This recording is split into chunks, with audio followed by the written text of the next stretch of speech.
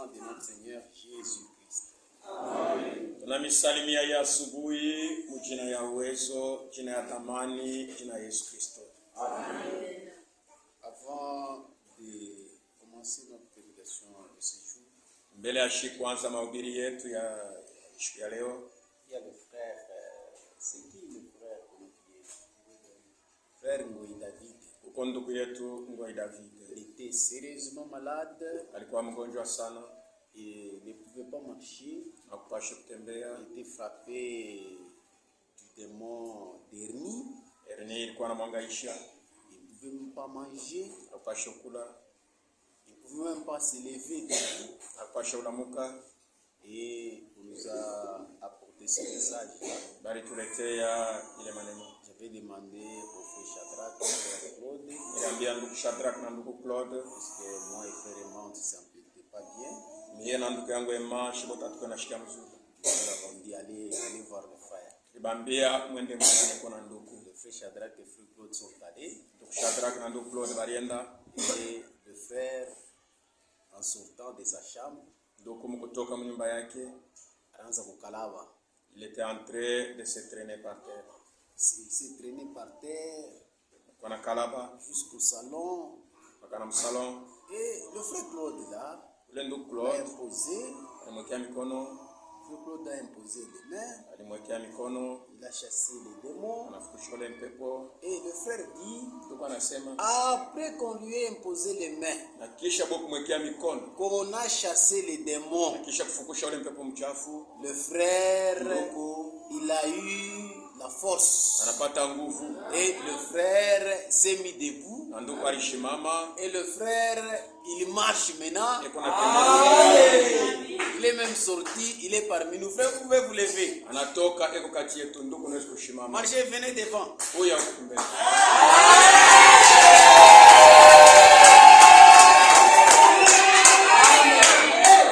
Il est là. Eko hapo. Dieu l'a guéri. Mungu alikutunza. Maintenant, nous ne sommes pas des apôtres. Shi hatuna apostolo. Nous lui avons demandé, va encore te soigner. Où est-ce que Jean pense te soigner?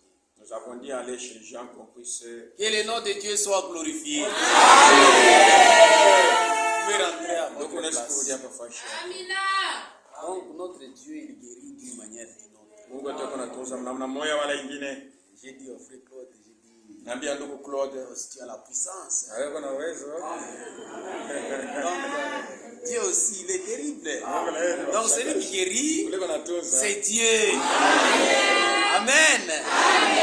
Nous sommes très contents. Maintenant le frère, nous avons, moi j'ai discerné, on n'a pas de moyens. Yetu ana manamna sasa. Vous voyez un peu, Unaona, alors, comme nous l'avons amené à l'hôpital de Jean, sababu tulimpeleka kwa hospitali ya Jean. donc nous devons faire une cotisation spéciale. Tunapasha kuchanga kwa kitu. À la fin de notre culte, Kisha maombi yetu nous allons mettre le panier là-bas. tutaweka kitunga pale. Chacun Kila mtu va mettre dans ce panier-là aweke kwa mule mtutunga une section spéciale franga moya pour que le frère continue à se faire soigner. ndugu yetu bende bamutunze. Amen. Amen. Il y a le frère Willy aussi. Kwa ndugu yetu Willy naye pia Il a demandé que nous puissions nous souvenir de lui dans la prière. anaomba tumkumbuke kwa maombi.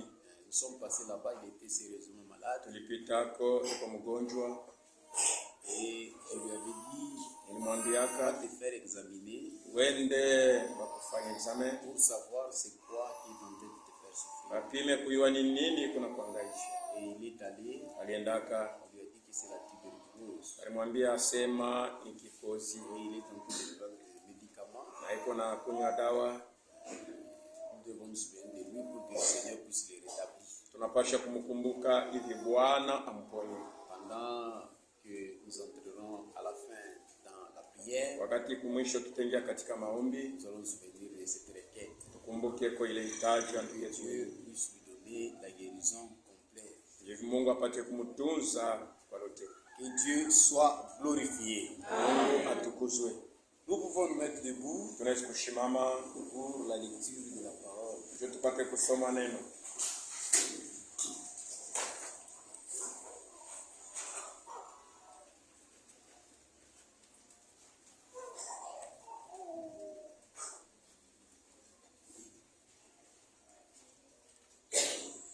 Actes des Apôtres, chapitre 19. Matendo ya Mitume sura ya 19. Le verset 1er. Mstari wa kwanza.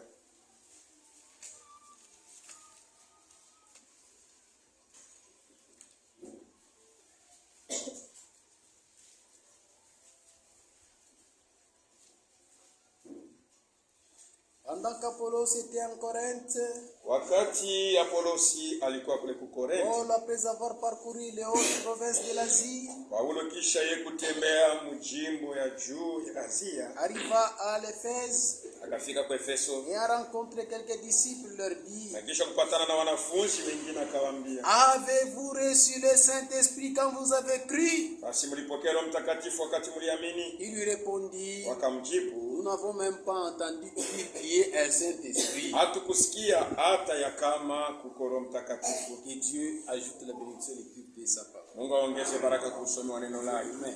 Tumeshukala. Kweli,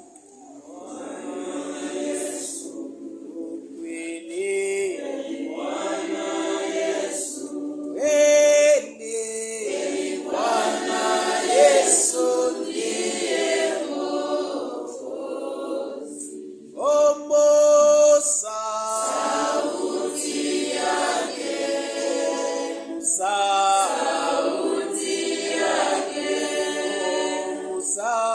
sauti yake kuna uzima.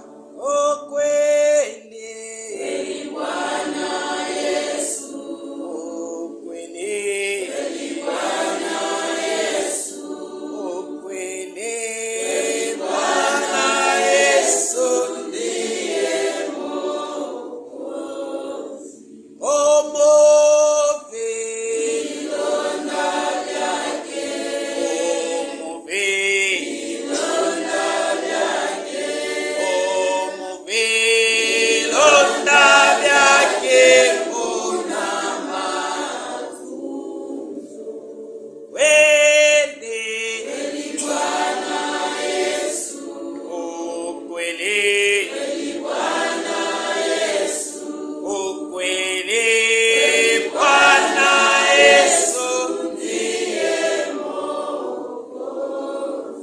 Omosa sauti yake, omosa sauti yake, omosa sauti yake una uzima. Père bien-aimé tout-puissant, Mpendwa Mungu Baba wa uwezo, nous te sommes infiniment reconnaissants tunakupigia asante sana puisque nous comprenons que kwa sababu tunaelewa et nous kwamba, croyons que tunaamini kwamba c'est toi le Seigneur, ni wewe Bwana, c'est toi ni Dieu, wewe Mungu, c'est toi notre guérison, wewe ndio matunzo c'est yetu, toi notre salut, wewe ndio wokovu tu es yetu, tout pour nous. kwa yote juu C'est yetu, pourquoi nous plaçons notre ndio confiance kwa en toi. maana tunakutegemea. Quand nous sommes terrassés par la maladie, Wakati magonjwa inatupika, nous croyons que tunaamini kwamba par l'œuvre que tu as accomplie au wakati Calvaire, ulitimiza Kalvari, par tes maîtrisures, vidonda vyako nous obtenons la guérison. tulipata matunzo. C'est pourquoi, Seigneur, Ndio kwa maana à Bwana, ce moment ici, mwenye wakati nous sommes dans ta présence. kwa mwepo yako, Tout celui qui est entré dans cette salle yote aliingia mwenye chumba, étant malade, mwenye kwa mgonjwa, au nom puissant de jina ya Jésus, uwezo ya Yesu, et dans ta main puissante, nyosha mkono yako ya que tu uwezo, puisses lui donner la guérison kupatia matunzo totale yenye kuenea, au nom puissant de Jésus. jina ya Yesu.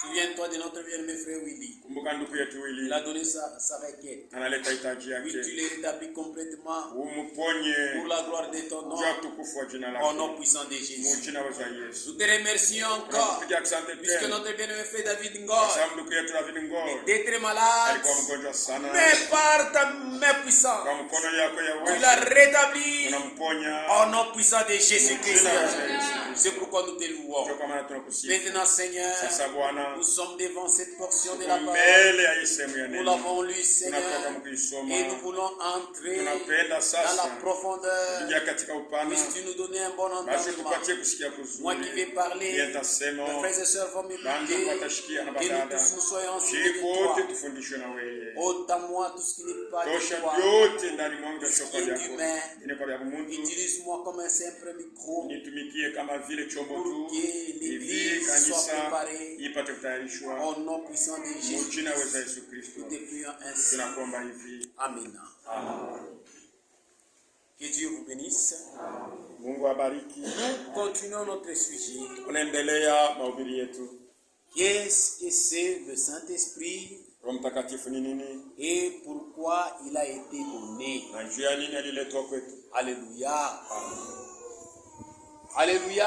Amen. Ici, nous venons de lire Hapa tunatoka une kusoma portion de l'Écriture. ya neno. C'était Paul. Ilikuwa ni Paulo. Il dit, Anasema pendant qu'Apollos était à Corinthe, wakati Apolo alikuwa Paul, Korintho, après avoir parcouru les hautes provinces de Paulo l'Asie, kisha kutembea mjimbo ya kule juu ya Asia, est arrivé à l'Éphèse akafika kwa Efeso. et a rencontré quelques disciples. Leur dit, Kisha yeye kupatana na wanafunzi wengine akawauliza, avez-vous reçu le Saint-Esprit basi mlipokea Roho Mtakatifu quand vous avez cru? wakati mliamini? Et il lui répondit, Wakajibu, nous n'avons même pas entendu dire qu'il y ait un hatukusikia hata Saint-Esprit. kusema uko Roho Mtakatifu. Tant qu'ils ne savaient pas ce que c'est le Saint-Esprit, Wakati wote balikuwa bayatambua Roho Mtakatifu ni nini, bien qu'ils avaient cru hata vile baliamini et étaient baptisés par le baptême na d'eau, wanabatizwa batizo ya ne maji, devaient pas recevoir le Saint-Esprit. hawakupashwaka kupokea Roho Mtakatifu. Alléluia. C'est ce que ce temps de la fin, Ndio kile mwi wakati ya mwisho, le temps de la Odyssée, wakati ya que Laodikia, le diable fait. ndio ile shetani yako nafanya. Alléluia. Il y a beaucoup de gens qui confessent avoir cru en Jésus. Kwa bantu beko nakiri kwamba banaamini Yesu, Comme ils ne savent pas qu'est-ce que c'est le sawa Saint-Esprit, vile abatambue Roho Mtakatifu ni ils ne nini, savent pas pourquoi le Saint-Esprit a été donné. abajue njuu ya nini Roho Mtakatifu aliletwa kwetu, Et ils ne reçoivent pas le véritable Saint-Esprit. na bampokee yule Roho Mtakatifu wa Il kweli. y a d'autres qui reçoivent des esprits, Kwa bengine beko napokea maroho des mchafu démons. ya pepo mchafu. Il y a d'autres qui prétendent avoir le Saint-Esprit, Kwa wengine beko na wazia kwamba beko na Roho Mtakatifu, mais ils n'ont pas encore expérimenté cela. japo abayaionja. Alléluia. C'est pourquoi notre bien-aimé frère Branham Ndio dit kwa maana ndugu ceci, yetu Branham alikuwa anasema hivi, dans le même message qu'il a ujumbe prêché moya moya ile alihubiri le 16-12-1959, siku ya 16 mwezi wa le 12 paragraphe 1964, 22, kurasi ya 22. il dit ceci, Anasema hivi, sur ce, kwa hii mambo nous voulons aborder le sujet, tunapenda kusemezea kishina mahubiri lequel, je pense, est le sujet marquant d'aujourd'hui. ile kishina mahubiri, mimi naona kwamba ni kishina kenye kwa kia faida sana. Qu'est-ce que c'est le Saint-Esprit? Roho Mtakatifu ni nini? Qu'est-ce que?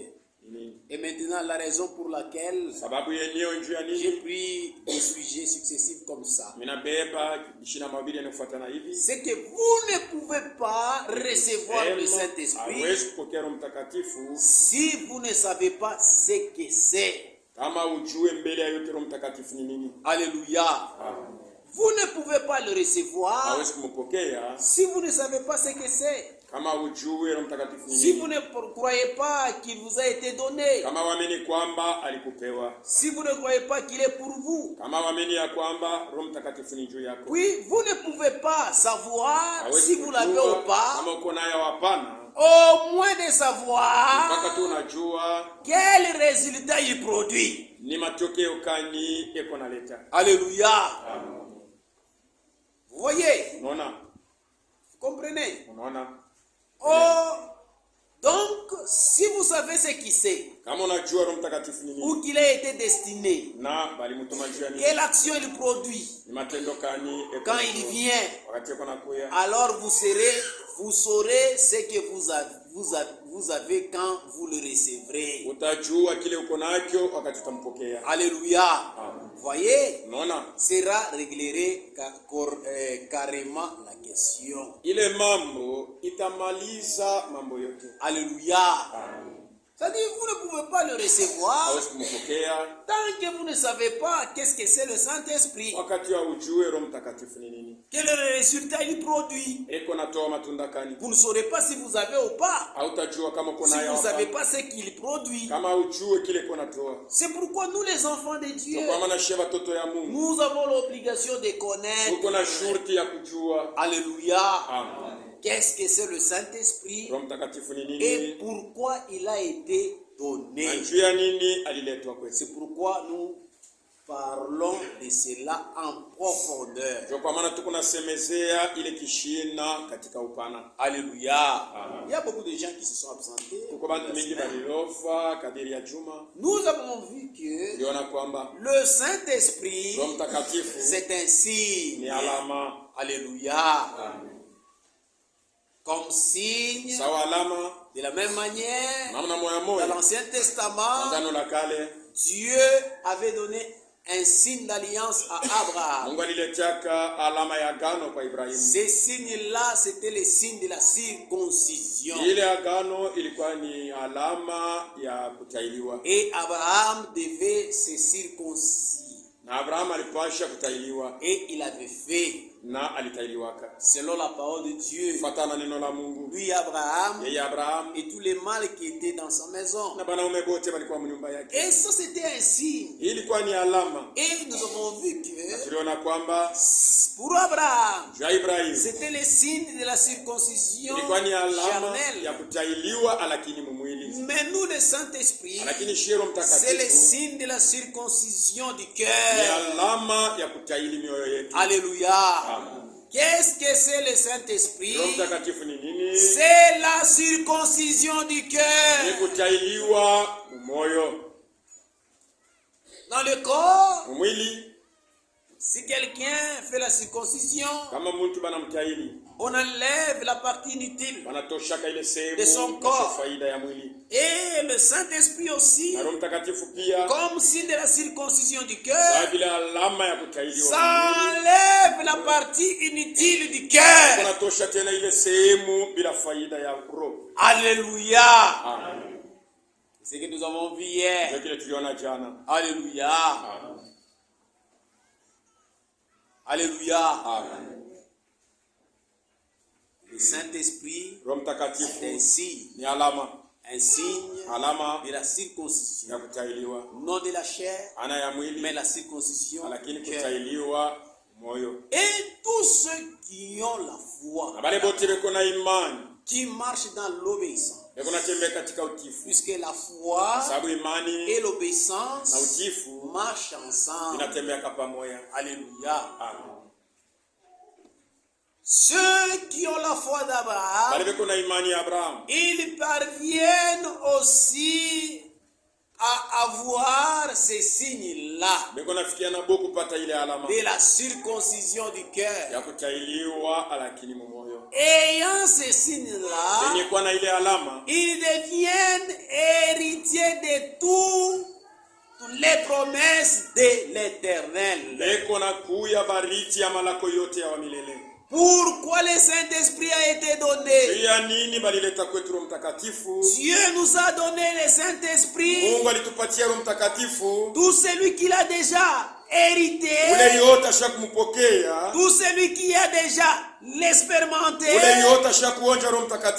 il devient héritier de toutes les promesses de l'Éternel. Et là, Dieu ne donne pas n'importe quel. Dieu ne donne pas n'importe quel croyant. Ces signes-là de la circoncision du cœur, Dieu donne à un croyant qui a la foi d'Abraham. Et la foi d'Abraham, Abraham marchait avec la foi et l'obéissance dans toute la parole de Dieu. Et ce sont ces gens-là, Dieu leur donne ces signes, les signes de la circoncision du cœur. Et pourquoi Dieu le donne? Il devient les héritiers de toutes les promesses de l'Éternel. Alléluia. Quelles sont les promesses de l'Éternel? Il y en a beaucoup. Alléluia. Sur la terre, Dieu les bénit. Dieu a béni Abraham sur la terre. Alléluia. Abraham, Dieu l'a béni. Quand il voulait mourir, il demandait même à Dieu: oh Seigneur, je voulais rentrer, je vais mourir, mais ce que tu m'as donné comme bénédiction, je vais donner à l'esclave. Mtakatifu alileta Si kwetu, Dieu te donne le kama Saint-Esprit, Mungu anakupa Roho Mtakatifu, Jérusalem céleste, ile Yerusalema mpya c'est ta promesse. inakuwa ni malako yako. Alléluia. Tu entreras. Utaingiamo. C'est ça le pourquoi Dieu l'a donné. Ndio kishina yenye au sababu ile Mungu analeta. Alléluia. L'enlèvement, kunyanuliwa c'est pourquoi? C'est ni pourquoi? juu yako. La transmutation Kubadilishwa dans mwili le corps glorieux, nje mwili ya utukufu c'est pour toi. yako. Alléluia. Frère, Ndugu, si tu l'as, kama uko naye, tu es différent de tout homme. uko tofauti na mtu yoyote. Dans ce corps ici, Mwili, mes frères et sœurs, banduku na badada, nous souffrons comme des kuna hommes. teso saba tubote. Alléluia. L'autre ni estomac, Dieu n'a mzuiza. Mwingine ni Parfois les gens malaria. peuvent dire, Ya estomac. mtumishi wa Mungu, Mungu Un achimtunze. serviteur de Dieu, Dieu ne le guérit pas. Una yeye pedini. Ile matunda ya mitume, Oublie ce que tu avais. acha kile uko nacho. Va chercher la chose réelle. Tafuta Roho Mtakatifu wa kweli. Aujourd'hui, Leo c'est le jour du ni salut. siku ya wokovu. Aujourd'hui, Leo c'est le jour ni siku où Dieu peut ile accomplir Mungu anaweza kutimiza toutes ses promesses manako yake yote en toi. ndani yako, Si tu crois réellement. kama unaamini kweli kweli. Alléluia. Nous avons vu. Tuliona Le Saint-Esprit, c'est l'Esprit de Dieu. Roho Mtakatifu ni Roho wa Mungu. Comme Esprit de Dieu, Sawa, Roho wa Mungu. Dieu le déversait dans l'Ancien Testament. Mungu alikuwa anaipunguza mwagano la kale. Sur les apôtres, Yule ya mitume, sur les prophètes yule ya et manabii, sur les serviteurs de Dieu na watumishi ya Mungu. pour l'accomplissement de son œuvre. Juu bapate kutimiza na kutenda kazi yake. Alléluia. Parce que nous avons vu la Ndio ile semaine passée, tuliona juma jana. comment il va l'offrir. Alléluia. Alléluia. Et il descendait comme l'onction. Alikuwa anashuka kama mafuta. Comme l'onction, Sawa, mafuta c'est pour l'accomplissement de son œuvre. ili kutimiza kazi ya Mungu. Le Saint-Esprit comme onction, Roho Mtakatifu sawa mafuta ça descend iko nashuka sur les vrais, kwa bantu baliokuwa bakweli, même sur les faux. hata kwa bale babongo. Alléluia. C'est pourquoi Joko mama, il ne faut pas te cramponner à tes expériences là, hapana kubakia ushakulifunga kuile maonjo yako ya tes zamani. visions Maono de ton ministère, ya huduma yako, de chanter, kuimbia de ton Mungu don. na zawadi yako. Ça seulement c'est l'onction. Ile ni mafuta iko natenda vile. Alléluia. Tu peux faire ça, Unaweza kulifanya mais manquer le ciel. lakini unakosa mbingu. Pourquoi? Juu ya nini? Puisque tu n'as pas ce Kwa signe-là. maana una na ile alama. Ceci, Ile alama Dieu vient lui-même. Mungu iko na kweye mwenyewe. C'est Dieu lui vient Ni lui-même. Mungu iko na kweye Il mwenyewe. vient circoncire le cœur. Anakuya kutahiri moyo Il wako. enlève la partie victime. Anatosha ile sehemu ya uchafu. Alléluia. C'est ce que nous avons vu. Ndio ile tuliona. Qui n'avait pas été. Juu ya bara bakuku yako. Alléluia. Et nous avons vu que Tuliona kwamba qu'est-ce que c'est le Saint-Esprit? Roho Mtakatifu ni nini? C'est un sceau. Ni muhuri. Alléluia. Et nous avons lu Na tulisoma Ephésiens chapitre 4, mwa Efeso 4 le verset 3. mstari wa 13. Nous réalisons comme vous n'avez pas été là, Unaisoma tena juu ya moyo qui wako. vous absentez. Mwe benye kwa balofwa Ephésiens. wa Efeso. Alléluia. Est-ce que vous t'aimez? Est-ce que c'est bien? Est-ce que vous n'avez bien? Est-ce que vous mangez bien? Il faut t'habiller.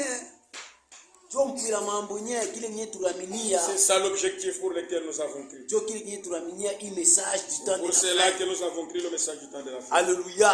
Amen. Tunachana na hii makanisa Nous mengine. sommes différents de toutes les Juu autres. ya nini? Pourquoi? Shika tunaamini. Nous quand nous Ni croyons, juu Mungu akao tuchapa. c'est pour que Dieu puisse nous servir. Chapa haina fashi yote. Seulement ce n'est pas par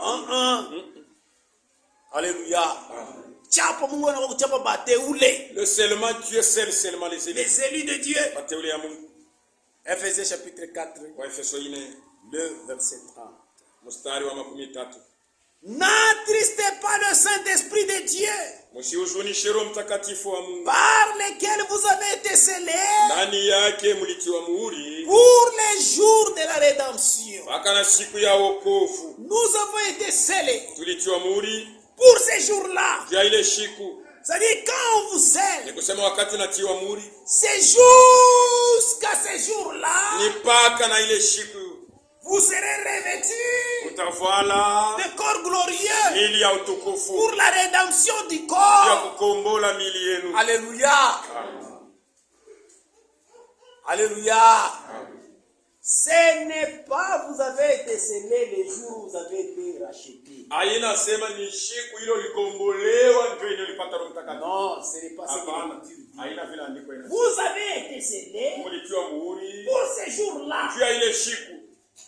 Alléluia. Le jour de la rédemption. Siku ya ukombozi. Alléluia. Vous voyez? Unaona? Et là, c'est le sceau de Dieu. Ni muhuri ya Mungu. Alléluia. Ça descend sur vous. Ça descend en vous. Pas un certain temps. Ça ne peut pas s'envoler. Dieu ne peut pas retirer cela. Alléluia. Ne peut pas retirer cela. Comme David pouvait prier. Hier nous avons lu dans Psaume 51, le verset 13. Il disait, n'aimerait-il pas de ton esprit? Alléluia. Quand il disait ça, ça ce n'était pas le sceau.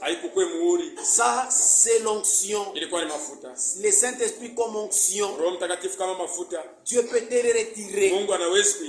Alléluia. D'ailleurs, nous avons vu ça la semaine passée. Comme onction, c'était descendu, l'Esprit de Dieu était descendu sur Saül. Il dirigea bien. Il parla. La crainte s'empara devant le peuple. Alléluia. Quand Dieu a retiré son esprit, et l'esprit malin est entré encore dans Saül. C'est un esprit mauvais qui est entré en Saül. Alléluia. De même toi aussi, si tu n'as pas le scellement, si tu n'as pas ces sceaux ici, tu peux avoir les dons, tu peux œuvrer très bien, tu peux prier pour les malades, c'est l'onction, les malades sont guéris, c'est seulement l'onction. Alléluia. Tu peux bien prêcher, c'est l'onction. Nous prêchons par onction. Nous prions les malades par onction. Et par l'onction, le Saint-Esprit descend pour accomplir son œuvre. Alléluia. Tu peux bien prêcher. C'est l'onction. C'est pourquoi mes frères, ne vous demandez pas. N'ayez pas de questions en vous disant, oh, j'avais cru quand ce serviteur-là, il avait prêché. La crainte s'est emparée en moi. La crainte s'est emparée à moi. La crainte s'est emparée à moi. Et j'ai cru, mais les voici, il n'est plus dans la foi. Alors je peux me refaire baptiser. Non. Quand tu as cru, ce n'est pas par ses œuvres que tu as cru. C'était à travers de l'onction de Dieu qu'il avait saisi. Il a bien prêché. C'est le Saint-Esprit lui-même. Il t'avait convaincu toi. Tu as cru. Et le Saint-Esprit lui-même, c'est lui-même qui t'a sauvé. C'est le Saint-Esprit lui-même qui a accompli son œuvre de la rédemption en toi. Bien que c'est l'homme qui avait prêché, mais toi tu as cru. Ce n'est pas l'homme qui t'avait fait ce que tu crois. C'est lui qui avait fait que tu crois. C'est Dieu lui-même. Si l'homme tombe, nous comprenons que c'était seulement l'onction. Mais lui-même, il était faux. Alléluia. On va te dire, oh, on va me baptiser. Nous tous qui avons cru par cette prédication de cet homme-là. Non, c'était seulement l'onction. Comme l'onction, ça peut descendre sur le bon et sur le mauvais. Alléluia. Et ça accomplit son œuvre. C'est pourquoi l'œuvre de l'Éternel, ça s'accomplit par la puissance du Saint-Esprit. Alléluia. C'est pourquoi David disait, Seigneur, ne mérite-t-il pas de ton esprit? Alléluia. Alléluia. Est-ce que vous avez compris? Basi mnaelewa. C'est pourquoi vous voyez d'autres personnes. Kama mnaona watu wengine Quand il est très consacré, wakati anajitolea sana, l'esprit de Dieu est sur lui. roho ya Mungu yulu Il yake fait de bonnes choses. anafanya vitu vizuri. Alléluia. Amen. Quand il quitte Kama anatoka sous l'onction de Dieu, chini ya ile mafuta ya Mungu, il fait des choses impies, yako anafanya vitu vibaya. impitoyables. Vitu vibaya. Autrement, c'est le mwaminifu. Tunakurara même pas que 5 chrétiens. Alléluia. Et nous comprenons que quand il faisait Leo ça, kwa wakati alikuwa anafanya il avait vile, l'onction de Dieu. alikuwa na mafuta ya Mungu. Hapa jibifwanyi, Maintenant il ne fait plus. mafuta Mungu ananayo. L'onction de Dieu n'est plus sur lui. Alléluia. Et là, Hapana. tu peux comprendre Laisse seulement kuelewa kwamba que moi mafuta Mungu inanishikiaka, moi l'onction de Dieu descend sur mais moi. il m'a pas encore scellé. Lakini ashanichapa. Mais le scellement, Lakini muri. c'est Dieu lui-même qui vient Ni sceller. Mungu yeye mwenyewe kuna kwa kutia muri. Alléluia. Amen. Il vient vous sceller dans Anakuja votre kukutia âme. muhuri mnafsi yako. Alléluia. Pour les jours de la rédemption, Ndio siku ya ukombozi.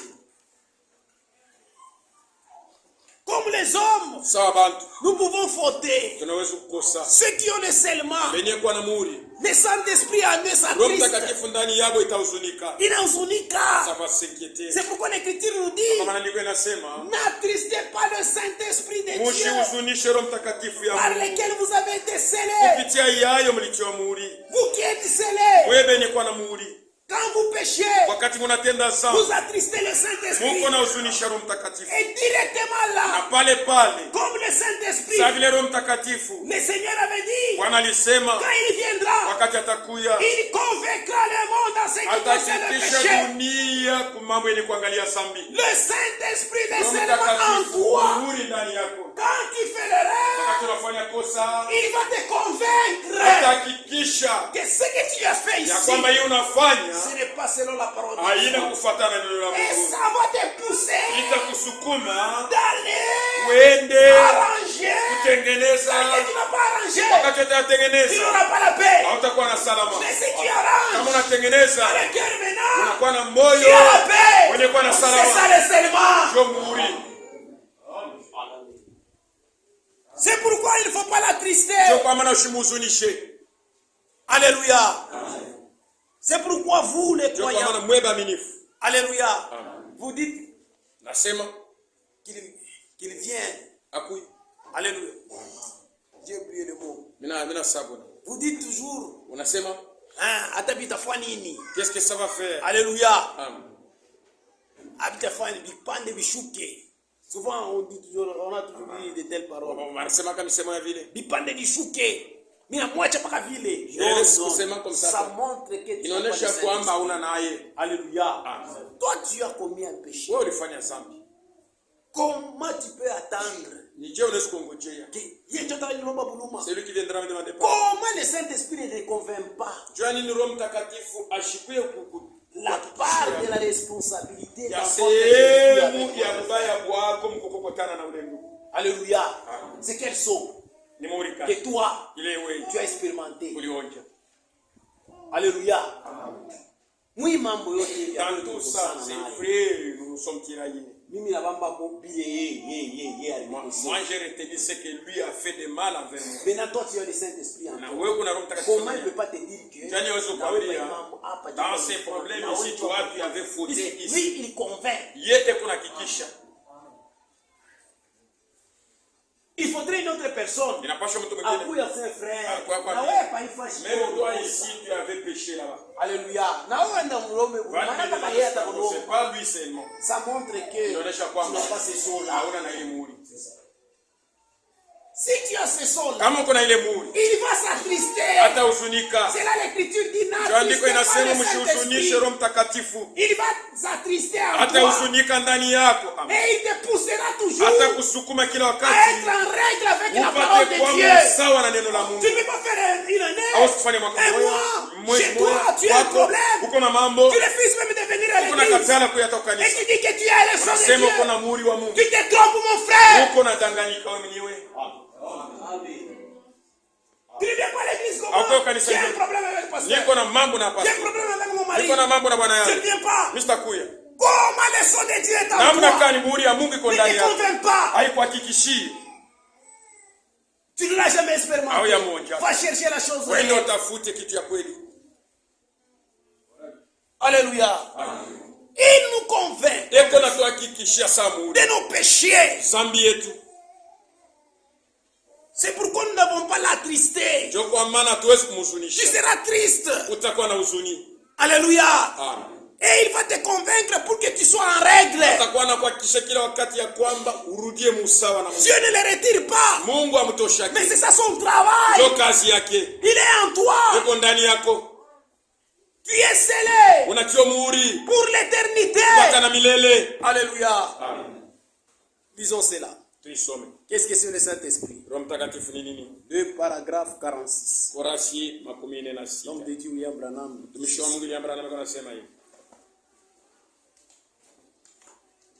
Maintenant dans Ephésiens chapitre 4, verset 30, voici ce qu'on lit. N'attristez pas le Saint-Esprit de Dieu, par lequel vous avez été scellés pour le jour de la rédemption. Et là, il va falloir que je me fasse un peu plus d'énergie ici. Présentez cela. Maintenant, vous frères légalistes, tenez-vous tranquille pendant un petit instant. Avez-vous remarqué? C'est combien de temps dure ce saut? Pas jusqu'au prochain réveil. Pas jusqu'aux prochaines fois. Quelque chose ira de travers. Alléluia. Tu étais scellé. Tu m'as je dois parler un peu là-bas. Tu étais scellé. Une année, 2 ans, 3 ans, des aides là. C'est ça produit. Tu viens à l'église, tu sers le Seigneur. Alléluia. Ben, dans le temps difficile, tu as mené des problèmes. Frère Kazadi s'élève contre toi. Frère s'élève contre toi. Alléluia. Tous les ailes que tu avais, c'est fan. Alléluia. Même le travail de Dieu, tu l'abandonnes. Tu restes chez toi à la maison. C'est vrai, ton Saint-Esprit à toi. Il était seulement là quand tu avais écrit. Jusqu'à ce que tu étais dans la paix avec les gens. Alléluia. Au moment où la paix s'est arrêtée, il y a eu des problèmes. Le Saint-Esprit s'est arrêté aussi là-bas. C'est ce que le prophète dit. Alléluia. Il s'arrête là-bas. Frère, on va ici. Faire quoi? Mais le Saint-Esprit, Rome takatif. frère, si tu l'as déjà expérimenté, comme ça en toi, ce n'est pas pour un certain temps. C'est ce que l'homme de Dieu dit. Pas la prochaine réveil. Jusqu'à la prochaine fois, quelque chose ira de travers. Quand les choses vont changer. Mais jusqu'au jour de votre rédemption. Alléluia. Voilà combien de temps vous êtes scellés. Jusqu'au jour de votre rédemption. Quand vous serez rachetés pour être là-haut avec Dieu. Voilà pour combien de temps le Saint-Esprit vous a scellé. Pas de réveil en réveil. Mais vous êtes scellés d'éternité à l'éternité.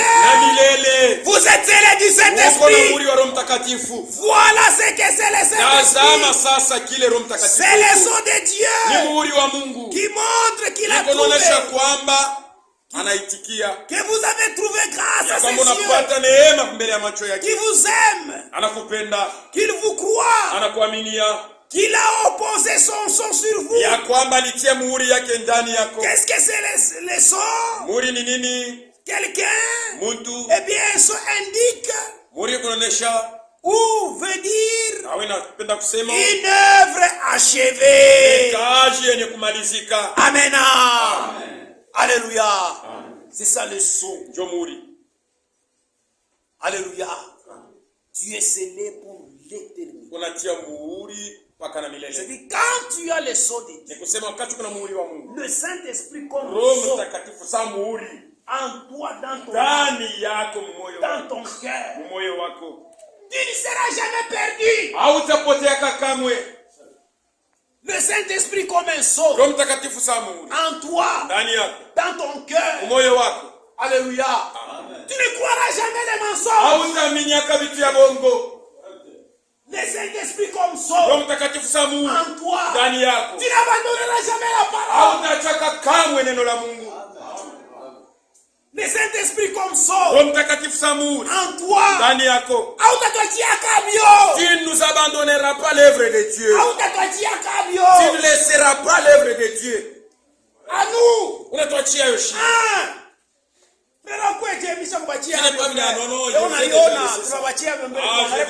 Comme toi, Samuri ndani yako. tu es participant Uko mutu mukaji à l'œuvre de Dieu. ya Mungu. Et tu n'abandonneras jamais. Hawezi kuachwa kamwe.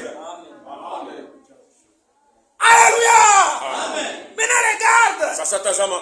l'expérience. Onjo. Si tu l'as ou pas. Kama uko nayo hapana. Alléluia. Si tu fais semblant. Kama wewe uko na Mimi unasema shikote. Moi je parle. Mimi unarepete Je suis shikote. en train de répondre. Kama unafanya semblant. Si toi tu fais, Utaria na kusaka meno. il va pleurer, grincer les dents. L'enlèvement c'est tout près. Kunyanuliwa ni C'est seulement nafasi. ceux qui ont les sceaux Pale beko na muhuri. qui seront enlevés. Watanyanuliwa. Ceux qui prétendent avoir les Pale sceaux, beko na wazia kwa na ils muhuri. resteront. Batabaki. Peu importe leur ministère. Haisuru huduma yao. Peu importe les visions. Haisuru maono Peu yao. importe leurs dons. Haisuru zawadi yabo. Comme ils n'ont pas le sceau Sasa de bana na Dieu, muhuri ya Mungu. les jours de la rédemption du Siku ya monde, ukombozi ya ils mili. ne seront pas rachetés. Hawatakombolewa. Ce sont les groupes de gens qui diront, Ni kundi ya watu watasema, Seigneur, Bwana, nous avons prêché en ton nom. rudi mchina yako. Seigneur, Bwana, j'ai voyé les visions. nilikuwa naona maono. Ça s'accomplissait. Inatiminika. Oui, mon frère. Ni kweli ndugu yangu. Balaam aussi voyait les visions. Balaam naye pia alikuwa anaona maono. C'était seulement l'onction. Ilikuwa ni mafuta tu. Alléluia. Mais son cœur était faux. Lakini moyo wake ulikuwa wa bongo. C'est pourquoi Ndio kwa maana ce dont nous avons besoin aujourd'hui, kile tuko nacho lazima leo. ce n'est pas seulement les dons, Haina tu zawadi. mais nous avons besoin Tuko lazima du donateur des dons, ya ule kunaleta zawadi. qu'il vienne demeurer en nous, Akuya dumu ndani yetu. il vient nous sceller Kwa tutie muhuri avec son sceau. na muhuri yake. Alléluia. Et ce sceau-là, Na ile muhuri c'est le sceau d'approbation. ni muhuri ya kusema banitikia imani yako. C'est le sceau Ni d'approbation. muhuri ya kusema unapendezwa na Mungu. Dieu approuve. Mungu Dieu t'approuve. anakuitikia. Dieu ne peut pas donner son sceau Mungu hawezi kuleta muhuri wake à celui-là qui n'a pas encore approuvé. kwa ule ye ayaitikia kwamba ni wake, eko na imani ya kweli. Ah. Comment Dieu nous approuve? Mungu akunapitikia tie. C'est comme Abraham. Sawa vile Ibrahim. Un moment Dieu a dit, Wakati fulani Mungu anasema, maintenant, sasa je reconnais que ninajua kwamba Abraham, Abraham, tu es mon fils. uko mwana wangu. Abraham, tu m'as cru. Unaniamini. C'est dans toutes les épreuves Muile vipimo vyote que nous traversons. tuko napitia, Tu es toujours fidèle à la uko parole. mwaminifu kuneno. Comme tu es fidèle à la Sababu parole, uko mwaminifu kuneno, Dieu doit t'approuver Mungu atakuhakikishia avec son sceau na muhuri yake d'approbation. ya kuitikia. Alléluia. Amen. N'abandonnez pas votre assemblée comme c'est la coutume de quelques-uns. Mushache mkusanyiko yenu sawa vile ni desturi ya watu. C'est l'une des Écritures. Ni andiko Mais toi, lakini tu wewe abandonnes la parole de Dieu. uko nacha neno la Mungu. Tu brises cette parole de Uko Dieu. navunja ile neno ya Mungu. Alléluia. Amen. Dieu akushukana. Pour tresser les gens. Unabakia tu kunyumba. Tu restes à la maison. Toi tu penses qu'avec ça Dieu va t'approuver. Na wazia ya kwamba en faisant ça Mungu ataitikia imani yako. Toi tu penses que c'est léger. Unaona saa vile ni ya kiloko tu. Alléluia. Amen. Tu restes reste chez toi. Unabakia kwako. Puisque bageni balikwambia sema. Parce que les visiteurs wao kutembelelea. Ils vont venir te voir. Dada ukwetu nini? Certes, tu n'es pas venu pour toi. Pourquoi? Ndugu yangu la Lubumbashi. Mon frère de Lubumbashi. Il m'avait dit qu'il viendra. C'est pourquoi je n'étais pas venu. Alléluia. Amen. Si dans la Bible, quelqu'un qui perd son père, il est avec Jésus. Il demande à Jésus, Seigneur, permets-moi que je puisse aller en mon père. Alléluia. Jésus lui a dit, laissez les morts enterrer eux-mêmes. Toi, suis-moi. Vous voyez comment Jésus agissait? C'est là Jésus. Maintenant, le monde va le voir comment? Il n'a pas enterré son père, mais il est avec Jésus. Alléluia. Amen. Maintenant, toi, regarde ton caractère. Tu t'absentes à l'église, tu laisses Jésus, parce que ton père viendra te voir.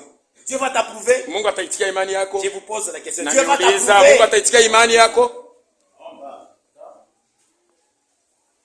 Alléluia. Amen.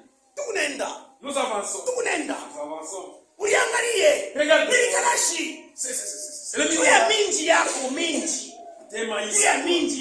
Pour tes maïs. Tu es parti au champ. Ushakwenda kumashamba. 1 mois, 2 mois, 3 mois, 4 mois. Oh frère, tusema. Sasa mimi nahubiri kwa michi. Ifanye kwa boye. Alléluia.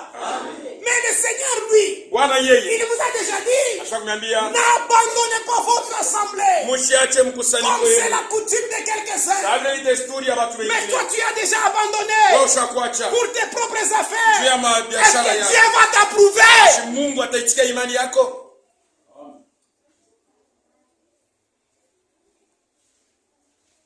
Tu sais, amen, ça. Dites amen maintenant. Est-ce que tu es là? C'est le son d'approbation. Ni muhuri ya kusema Il banaitike faudrait que imani Dieu yako. puisse approuver votre Inapasha foi. Mungu aitike imani yako. Est-ce que Dieu approuve votre Bashi foi? Mungu ashakuitika Tu imani as yako. confessé que tu as cru. Unakiri ya kwamba uliamini. Tu dois le suivre dans toute la parole. Unapasha kumfuata maneno lote. Pour qu'il te donne ce son-là. Japate kupatia ile muhuri. C'est le son d'approbation. Ni muhuri ya kusema Est-ce qu'il a déjà anakuitikia. approuvé ta foi? Ashakuitikia imani yako. Sema. Dites ça. Tu es resté silencieux. Le ciel n'est pas facile. La porte du ciel est étroite. Ce sont celles-là qui font la violence, qui deviennent qui vont entrer. Alléluia. C'est le son d'approbation. Alléluia. Amen. Le monde va vous rejeter. Puisque vous aimez Dieu. Vous faites les choses qui sont contrairement à leur engagement. Ils vont vous rejeter. Quand ils vous rejettent, c'est alors que Dieu va vous approuver. La famille va vous rejeter. Puisque vous faites les choses contrairement à leur engagement. Alléluia. Amen. Oh, Mungu mtoto anakufa. L'enfant est mort. C'est comme si c'est toi qui l'as bouffé. Il faut on doit aller chez le défunt. Toi aussi. Toi tu me dis moi je suis. Vous avez reçu sorcier. Allons seulement. Si on dit que c'est pas moi, je vais vous chiffrer. Est-ce que Dieu va t'approuver? Alléluia. Amen. Mais si tu es un enfant de Dieu, unawambia sema mimi ni mtoto ya Mungu. Alléluia. Kwa mfumu John sakanyangaka. Alléluia. Na mimi mtoto akufashi wangu. Kama unasema unamkulia. Alléluia. Hapana wewe mbishilani. Twende tukanakuishe. Twende. Allons. Est-ce que Dieu va approuver votre foi? Tunafurahisha tu bakutumie. Tu as fait ça pour plaire aux gens du monde. Alléluia. Mungu sitakuapprouver. Dieu ne va pas accepter ta foi. Alléluia. Et tu n'as pas ce son-là. Quand tu fais de telles choses, tu es malade. Alléluia. Comme nous sommes. L'Écriture nous dit ceci. Quelqu'un est-il malade? C'est dans Jacques. Qui appelle les anciens. Jacques chapitre 5. Les anciens qui prient pour eux en l'éloignant d'huile. La prière de la foi sauvera les malades. Alléluia. Maintenant quand tu es malade, tes anciens, on a vaillé. On a vaillé. Tu connais. C'est Kazadi. Emma. Bagile. Tout ancien. Alléluia. Oui, on a est-ce que malari tout nieke mikono frère ula naponeshaka na Mungu. Alléluia. Ula natunzaka na Mungu. Leo bila zangu frère kwa sema puissance. Alléluia. Frère anangara même mikono. Aina mikono yake mtunza. Ula mtunza. Ni Yesu Kristo. Pourquoi? Il a fait seulement ce que la Bible dit. Quand il me donnait son témoignage, j'ai dit au frère, frère lui a dit, priez pour moi, frère, c'est couille à Bakaba. Il faut mikono yangu ni kuposer. Pourquoi? Il a agi selon la parole de Dieu. Alléluia. Il savait que il est écrit, vous imposerez les mains aux malades et les malades seront guéris. Et le frère était en train de marcher à quatre pattes. Frère Claude Alléluia. Frère, notre frère. C'est frère Claude qui l'a guéri. C'est le frère Claude qui l'a guéri. Mais celui qui l'a guéri, c'est Dieu lui-même. Pour la guérison, ça ne dépend pas de ta sainteté. Alléluia. C'est là que Satan ne doit pas te tromper. Si tu veux imposer les gens, non, nous sommes les enfants de Dieu. Ça ne dépend pas de notre sainteté. Pour la guérison, Bible l'a dit, par le maître ici, vous serez guéris. Alléluia. Maintenant, comme l'Écriture dit ça, tu dois appeler les anciens. Alors, frère Kazadi, ni malade. Je suis malade. Reviens à l'église. On prie pour toi. On t'a induit. Quand tu as crié l'œuvre de la foi, tu vas avoir la guérison. Maintenant, regarde ce que tu fais. Un pasteur dénominationnel en commence à prier pour toi. Est-ce que Dieu va approuver votre foi? Dieu a brisé cette église. Dieu ne peut pas donner ce soir.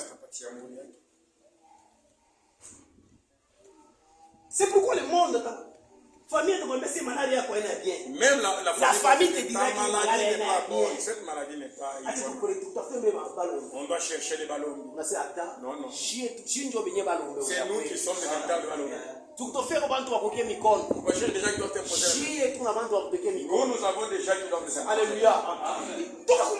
Il va mourir. C'est pourquoi la famille, quand tu agis selon la parole de Dieu, la famille va te rejeter. Mais en agissant selon la parole, Dieu va t'approuver. Alléluia. Où on te prend? On commence à t'amener à Kawama. Moi, je parle. Là, au niveau de Kawama, il y a beaucoup de malades qui meurent là. Le frère est à Kawama. On comprend que Dieu est allé voir les défunts. Il y a des défunts. Ils sont entrés dans des choses de Dieu. On les appelle les gens qui prient. Il y a aussi d'autres véritables défunts là-bas. À Kawama. Est-ce que Dieu va approuver votre foi? Et il n'a pas donné son son. C'est le son d'approbation. Dieu lui-même, il contrôle notre foi pour nous approuver.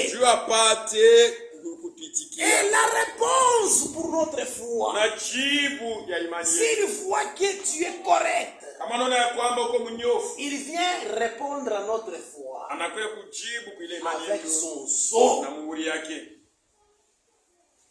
Alléluia. C'est pourquoi l'homme de Dieu, Branham, il parle du wagon. Alléluia. Alléluia. Du wagon. Vous avez trouvé ça, ce même message, dans ce même message. Alléluia. Il dit, Dieu lui-même, c'est lui l'inspecteur. Alléluia. C'est lui-même qui est l'inspecteur. C'est-à-dire, il vient inspecter notre foi. Il vient inspecter ce qui est dans nos cœurs. Ce qui est dans nos cœurs. Il vient inspecter cela. Si c'est conforme à la parole de Dieu. Comme à la SNCC. Quand on est en train d'arranger les effets dans un wagon, on regarde si ce wagon est bien placé. Alléluia. Les gens qui sont là-bas doivent être bien placés pour ne pas bouger, que les biscuits ne fassent pas de bruit.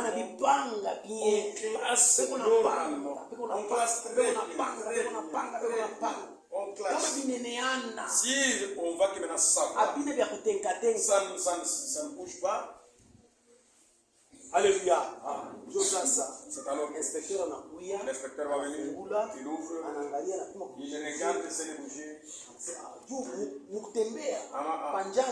En allant, ça peut bouger. Si ça bouge, les histoires d'autrui vont se casser. Comme ça bouge. Attendez. Que ça soit quand ça va plus bouger, il faut mettre les sous, les plombs. De la même manière que c'est de la même manière que Dieu Alléluia. Si l'inspecteur voit qu'il y a Weniana,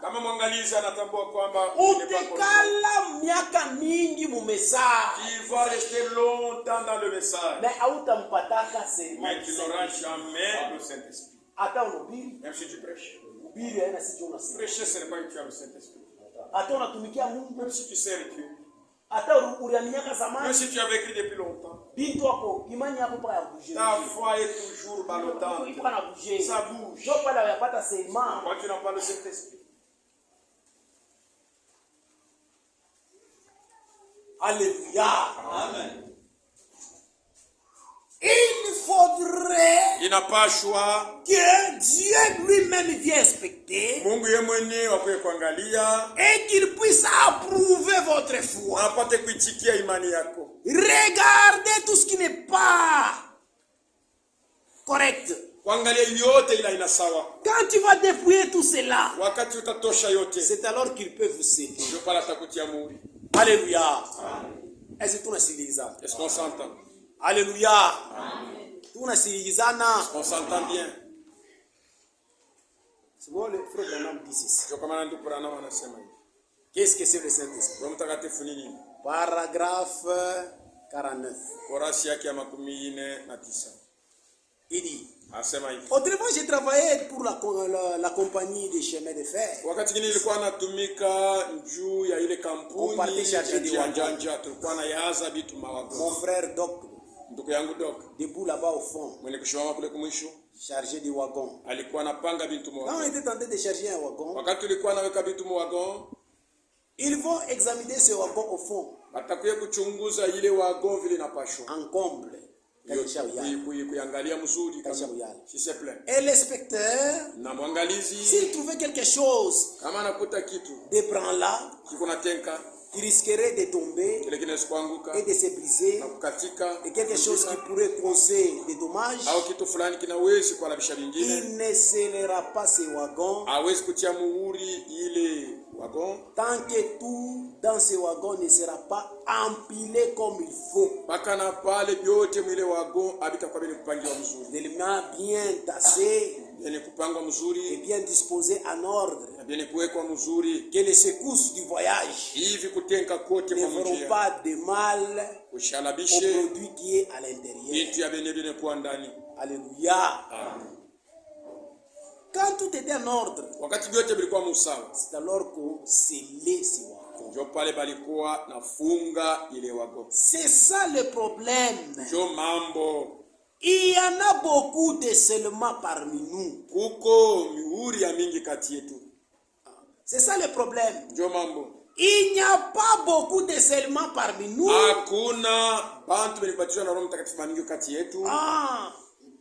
Seulement,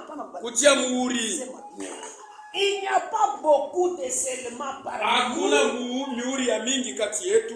Alléluia.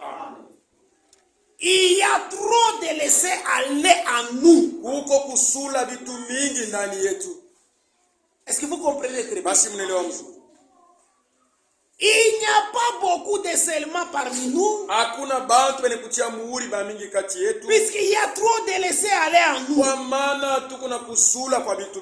Quand l'inspecteur fait son examen et qu'il inspecte votre vie pour voir s'il n'y a pas un laisser, un peu de laisser aller en vous, un peu de laisser aller dans votre vie de prière. Vous avez de laisser aller dans votre vie de prière. C'est pourquoi il n'y a pas beaucoup de serments. Tu te poses la question. Moi j'écris il y a longtemps. Il est seulement être scellé, c'est quoi? Tu n'as jamais expérimenté ça. C'est pourquoi tu ne connais pas ce il y a beaucoup de laisser aller dans la vie de prière. Et beaucoup de gens ne sont pas scellés. Chaque vendredi, nous avons la réunion de prière. La réunion de prière, il y a catégorie moi, frère. C'est pour certains frères et certaines sœurs. Pour toi, non. Toi, tu penses que tu as des serments. Dieu t'a déjà scellé. Tu as laissé aller dans la vie. Tu ne viens jamais à la vie. À la prière, tu ne viens jamais. Et moi, j'ai toujours dit, si quelqu'un ne vient pas à la prière de l'église, est-ce que quoi qu'il ne se fasse journée, chez lui, il peut prendre une journée dans la chambre en train de prier. À l'église, commence à 13h. Et arrêtez à 16h. On lit seulement un peu de prière. Chez toi, tu vas rester, tu consacres toute une journée dans la prière. Voilà pourquoi les gens ne sont pas scellés. Voilà pourquoi tu n'es pas scellé. Depuis que tu as cru. Les seulement, ça ne demande pas beaucoup d'années dans le message. Laisse te laisser aller là-bas. Dans la vie de prière. Un peu de laisser aller. À cet tempérament colérique.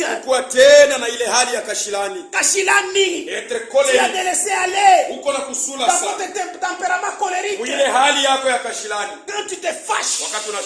Mais dans ma télévision, tu n'as pas. Même les télévisions, tu vas écraser. Quand tu te fâches, tu injuries ta femme.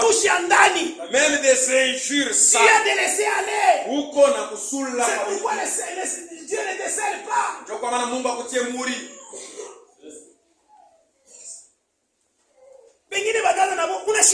D'autres sœurs se fâchent.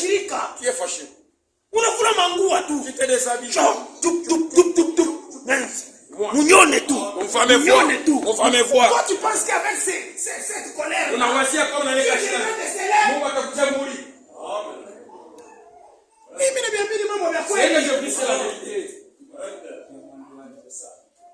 Alléluia. Amen. Il y a quelqu'un. Quelqu'un avait sa dette à la payer. Tu n'as pas payé. Tu vas voir aujourd'hui. Et ne restez ni comme les vers.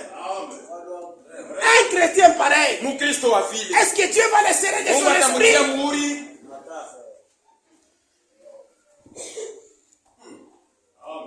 Alléluia. C'est ça le message du temps de la fin. Nous vous prêchons le message du temps de la fin. La porte est étroite. Tu viens de laisser aller. La colère de l'homme n'accomplit pas la justice de Dieu.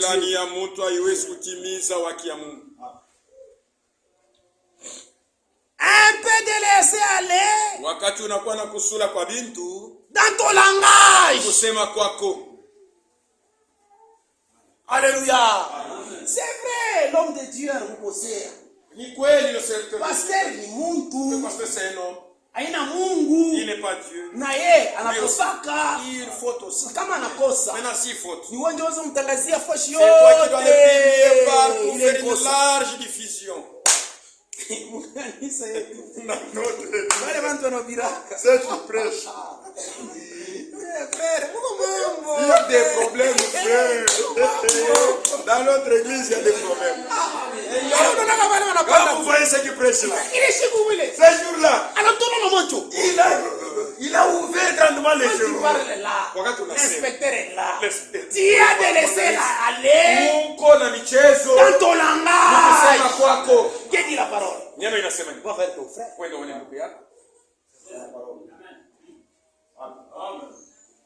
Les gens viennent à l'église. Ils regardent quelqu'un qui monte là-bas. Comment ça te dédaigner? Pourquoi? Tu as semé de mauvaises choses. Analyse, regarde. Frère ne dit pas amen. Parce que toi tu as semé une mauvaise semence. Analyse à ta couture. C'est pourquoi tu n'as pas le seulement.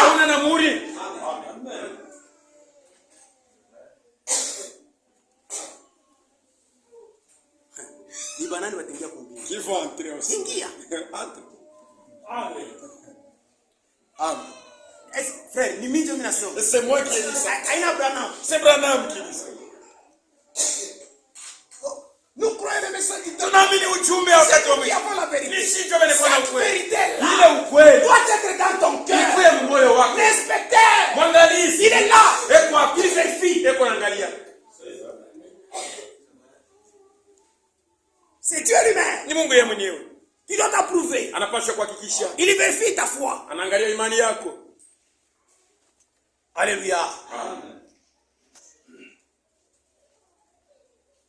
Tu as de laisser aller quant à cette langue pour parler des autres. Uko nasema na mchezo wakati tu as de laisser aller quant à cette langue pour parler des autres. Kusema kwako wakati kunasema mambo ya bantu wengine. Au contrôler. Au yangalie. Haina mimi na c'est pas moi qui ai dit. Frère, on connaît ce mtu mbele. C'est comme si c'est moi. Frère. Pour moi.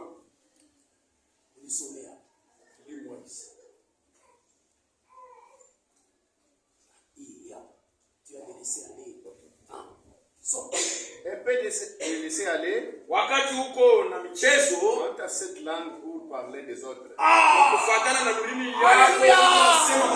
Alléluia. Alléluia. Wakati unasema mambo quand tu parles les problèmes d'autres personnes, tu as de laisser aller. Uko na mchezo. Unasikia bien. Tu te sens bien là. C'est comme si on est en train de. Naomba unasikia mambo ya bantu. Quand tu écoutes aussi les choses des gens, tu ne sais même pas voir ce qui entre en toi. C'est comme s'ils sont des friandises qui consomment les hamburgers. Alléluia. Quand on te dit les problèmes d'autres personnes. Frère, c'est comme ça qu'on a fait. Dans l'église, il y a des problèmes. Frère, quand tu connais des problèmes, tu as de laisser aller. Alléluia. C'est pourquoi tu n'es pas scellé du Saint-Esprit.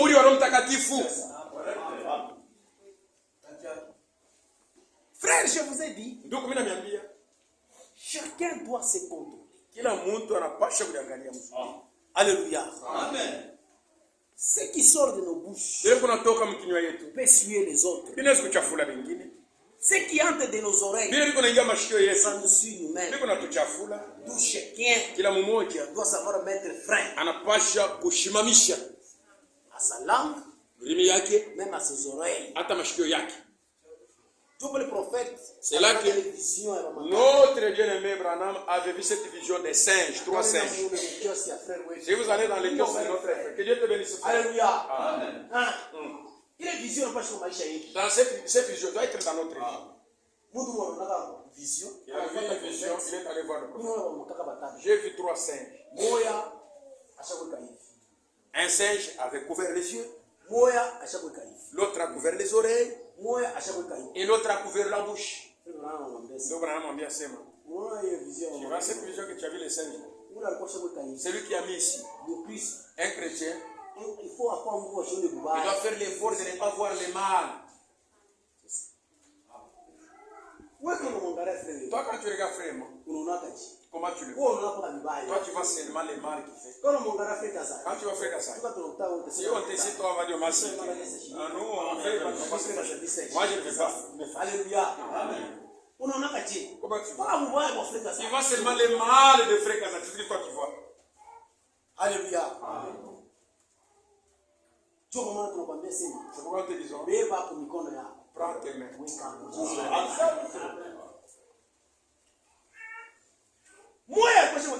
Un autre couvrait la bouche. C'est pour dire quoi? Je ne parlerai pas les mal de mes frères. Si tu veux dire des choses de la personne, dis les bonnes choses de la personne. Si quelqu'un fait le mal, va le voir. Va l'aider avec la parole de Dieu. Là, quand tu as déjà épargné, tout le monde connaît. Quand tu regardes que ça va lui arriver, là tu es frère, je viens te voir. Mais j'ai déjà écouté ça depuis longtemps chez d'autres personnes. Tu es un aventurier. Prends d'abord qu'elle me couvre la bouche. Cette photo. Mettez dans vos maisons. Même dans vos chambres. Même là où il y a des lits. C'est vos lits. Toi avec ta femme.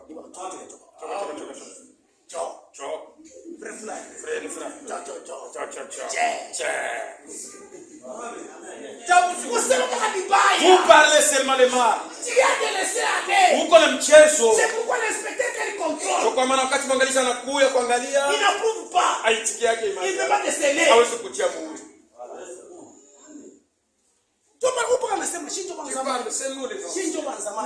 Résultat ya Roho Mtakatifu. Matunda ya Roho Wewe wa zamani. Toi l'ancien. Toi nini aonekane? On ne va pas ça. Hauna naye. Là-bas.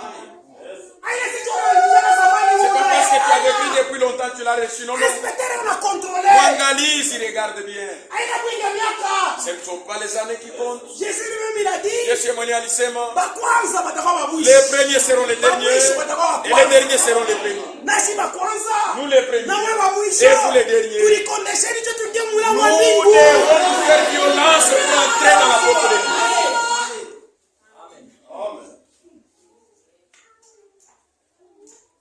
Alléluia. Amen. Vivons ça. Puishi. Prends les mains. Bouche les oreilles. Frère Foula. Le frère.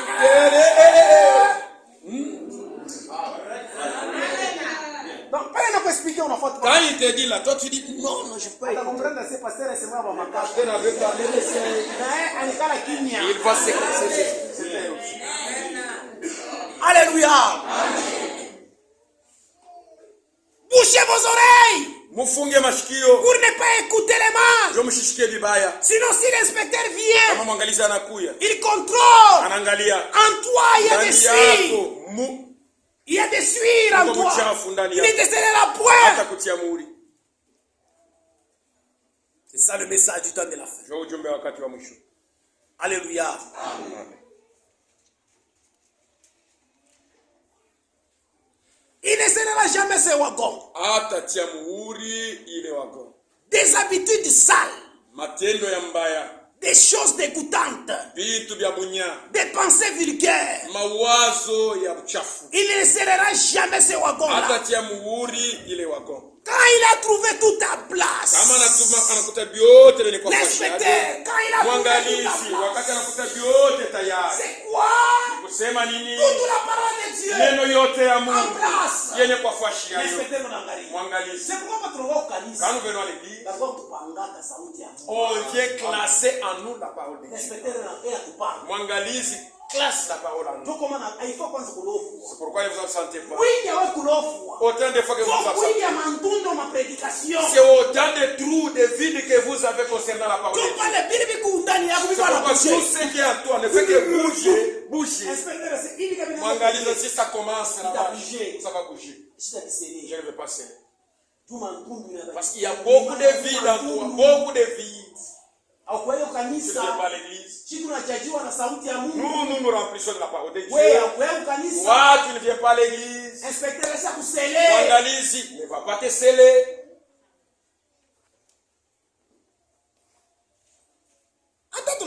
Merci, nous parlons comme ça. Les gens disent, sœur, que Dieu vous bénisse, vous qui avez dit amen. Toi, tu t'inquiètes. C'est ton problème. C'est moi qui scelle le Saint-Esprit. Moi je vous baptise. Mais lui-même, quand il viendra, c'est lui qui viendra vous baptiser du baptême du feu et de l'esprit. C'est Dieu lui-même qui baptise. L'inspecteur c'est Dieu. Moi je suis pas là. Moi je vais te baptiser dans l'eau. Mais lui-même viendra. Même si tu les fais sciemment, tu t'absentes. Wangalizi, viens regarder. Quand toi tu t'absentes, il y a d'autres aussi qui ne s'absentent pas. Toi tu as de laisser aller. Les autres sont sérieux. Ceux qui sont sérieux. Sont sérieux. Wangalizi, et qu'on a tia mouri. Laissons de nous absenter à l'église. Croyons à la parole de Dieu. Alléluia. Mais quand il a trouvé, tout est en place. La parole de Dieu est en place. L'inspecteur alors, il scellera ses wagons. Que quelqu'un oserait donc ouvrir ses seaux avant le wagon et atteindre sa destination. L'endroit pour lequel elle a été scellée, ça y est. Ne touchez pas à mes oins. Ne faites mal à mes prophètes. Car je vous dis qu'il vaudrait bien pour vous qu'on suspende à votre cou une mêle de boules et qu'on vous jette dans la mer, ou plutôt de chercher à scandaliser ou à embraler, et ne serait-ce qu'un peu. Il est plus petit que ceux qui ont été scellés. Alléluia. Alléluia. Asema kama peut-être on comprend. Bien. Même chose s'arrête là-bas. Il est encore. Alléluia. Alléluia. Asema kama banaisaidia, si on sait, kama banakusaidia, si on te sait. Est-ce que pour nous donner ce point kupomona ile kardinali basha kusaidia? Est-ce que quelqu'un peut ouvrir des destination? On a scellé, c'est juste à l'endroit où vous allez. Seulement il est nini. Le seulement c'est quoi? Alléluia. Dieu prophète anasema. C'est là que Nabi anasema. Il est mouru, il est nini. Le seulement c'est quoi? C'est cette parole que nous écoutons. Ne touchez pas à mes oins. Ne faites pas mal à mes prophètes. Nous sommes il peut blaguer avec tous les croyants. Il peut les critiquer. Il fait tout ce que tu veux faire. Avec celui-là, le serviteur de Dieu, si tu les touches, tu as touché la primeur de l'œil de Dieu. Il va te saccager. Personne ne peut pas bouger là-bas pour les détruire. Voyez d'autres personnes. S'il commence les problèmes, avec les gens qui ont déjà scellé de son esprit, Dieu s'occupe de nous. C'est ça le pourquoi Dieu a donné le Saint-Esprit. Si Dieu te donne le Saint-Esprit, ule utafuta na mambo. Celui qui viendra te provoquer, Yeye mmoja atakufia. lui-même va mourir. Amen. C'est là qu'on nous dit que nous avons des fétiches. C'est là qu'on nous calomnie que nous avons des fétiches. Alléluia. Amen. C'est ça le pourquoi Dieu a donné le Saint-Esprit. C'est-à-dire quand tu es scellé, personne ne peut te déceler. Personne ne peut te toucher. Personne. Même les démons de l'enfer. Même les diables. Satan. Lucifer. Ne peut pas toucher. Celui que Dieu a scellé. Qu'est-ce que c'est ce son? C'est cette écriture qui est dit. Ne touchez pas à mes ouais. Ne faites pas mal à mes prophètes. Donc tu es en sécurité. Tous les sorciers ne pourront jamais t'atteindre. Toi, quelle sorte de sorcier? Tu n'as pas de Saint-Esprit. Alléluia. C'est pourquoi ils viennent te tourmenter. Nous qui sommes pleins, nous sommes scellés du Saint-Esprit. Même les gens de fétiche, même les sorciers, ils n'ont pas le pouvoir de nous.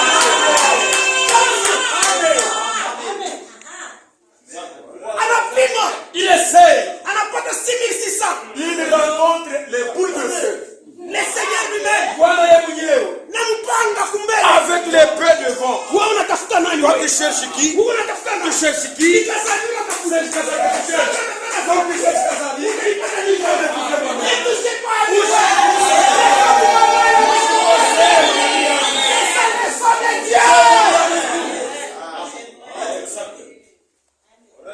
Alléluia. Frère, vous êtes tout à malade. Frère, vous ne cherchez pas de au magasin. Même dans les magasins. Ne mettez pas de bresses. Protection et tout. C'est le seulement du Frère, personne ne peut pas te toucher.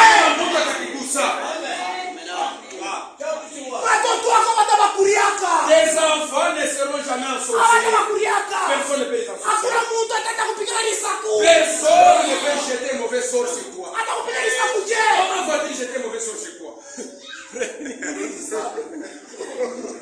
On a jeté un mauvais sort. Alléluia. C'est lui qui est scellé. Les malins ne les touchent pas.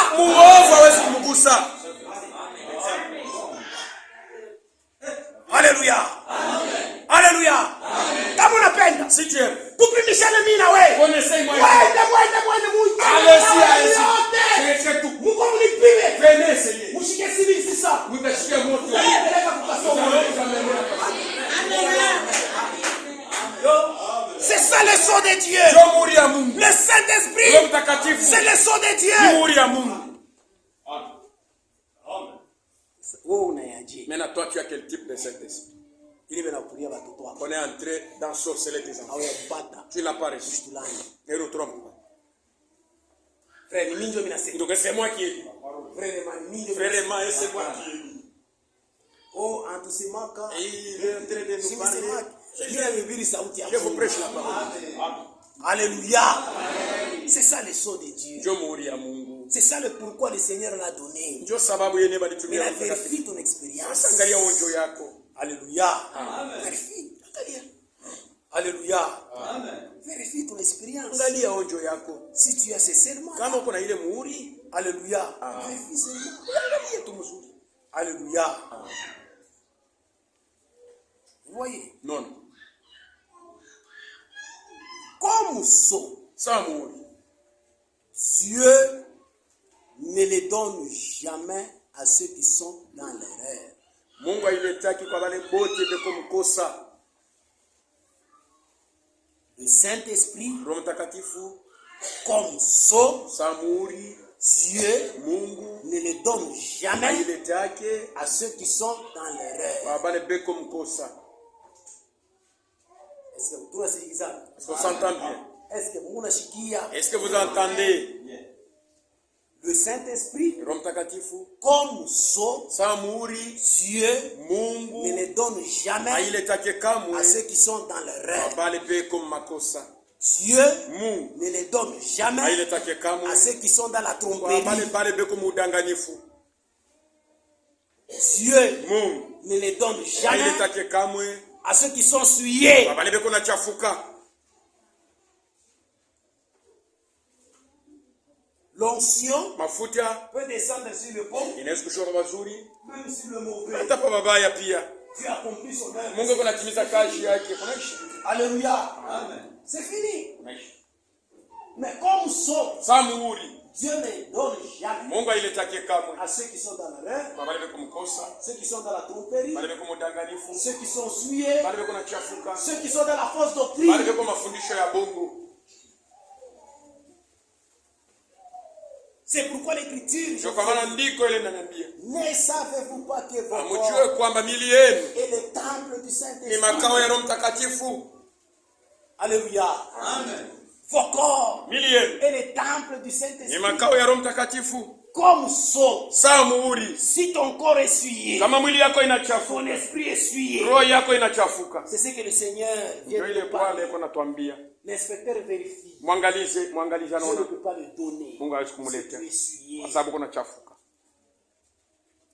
C'est pourquoi gardons nos corps. Ndio kwa maana tuchunge mili yetu safi. C'est pourquoi je vous ai prêché la Ndio sanctification. kwa maana du nyinyi corps. nimehubiri utakaso ya mwili. Votre habillement. Kuvala kwenu Quand vous paraissez. wakati kunaonekana. Alléluia. Amen.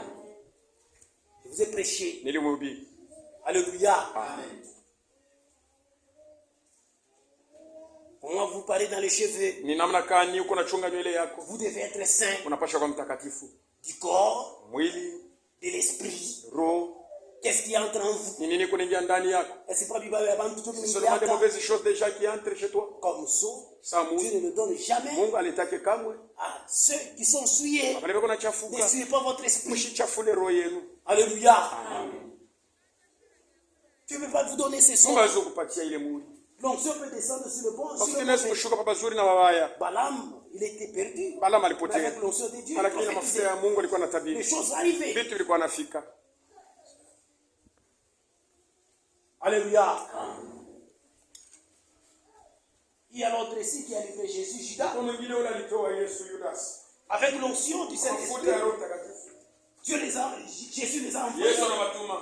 Il est allé aussi, il a prêché. Anaenda na yeye anahubiri. Il a prié pour les malades. Anaombea magonjwa. Il a chassé les démons Anafusha pepo mchafu. avec l'onction. Na ile mafuta. Mais lui, il était dans Yeye l'erreur. alikuwa mkosa. C'était l'onction. Ilikuwa na mafuta. Mais comme ça, Sawa muhuri. si vous êtes dans l'erreur, Kama uko mkosa, il ne viendra pas t'essayer. hata kwa kutia muhuri. Comme ça, Sawa muhuri. si vous êtes souillé, Kama unachafuka, il ne viendra pas vous souiller. hata kwa kutia muhuri. C'est pour contrôler ce qui entre en toi. Fanya angalisho ya kile kinaingia ndani yako. Contrôler votre esprit. Angalia roho yako, nafsi yako. C'est pourquoi comme ça, Sawa muhuri. alléluia, ne veut pas descendre sur les incroyants. Haiwezi kushuka kwa watu washokuamini. Alléluia. Amen. Moulev tout moulev. Enyi roho. Il ne viendra pas les sceller. Hata kwa kutia muhuri. Son âme n'est pas encore achetée. Nafsi yake hayakombolewa bado. Le Saint-Esprit comme ça, Roho Mtakatifu sawa muhuri. si vous êtes dans l'erreur, Kama uko mkosa, vous ne pouvez pas la voir. hawezi kumpokea. Alléluia. Alléluia. Amen. Le Saint-Esprit comme ça. Roho Mtakatifu sawa muhuri. Le Saint-Esprit comme ça. Roho Mtakatifu sawa muhuri. Dieu ne les donne pas à ceux qui sont dans l'erreur, Mungu amletake kwa bali beko mkosa. à ceux qui sont dans la tromperie, Bali beko mudanganyifu. à ceux qui sont dans la fausse Bali doctrine. beko mafundisho ya bongo. Dieu ne peut pas les Mungu donner hawezi kuileta. comme ça. Sawa muhuri. Disons, Kisoma. Ephésiens chapitre 1. Wa Efeso sura Les verset 13. mstari wa 15. En lui, Ndani yake vous aussi, nini pia Après avoir entendu la parole de la vérité. Alléluia. L'évangile de votre salut. En lui, vous avez cru. Alléluia. Il y a la parole de la vérité. L'évangile de notre salut. Si vous croyez à l'évangile de notre salut, cet évangile nous fait naître de nouveau. Nous avons vu ça. Alléluia. N'est-ce pas, nous avons vu ça? Qu'est-ce que c'est l'évangile? Qu'est-ce que c'est l'évangile? Nous avons vu ça. 1 Corinthiens, chapitre 15, le premier verset. Je vous rappelle, frère, l'évangile que je vous ai annoncé, que vous avez reçu, dans lequel vous avez persévéré, par lequel vous avez été sauvés. Si vous voulez l'éternel tel que je vous l'ai annoncé, autrement, vous aurez crié en vain.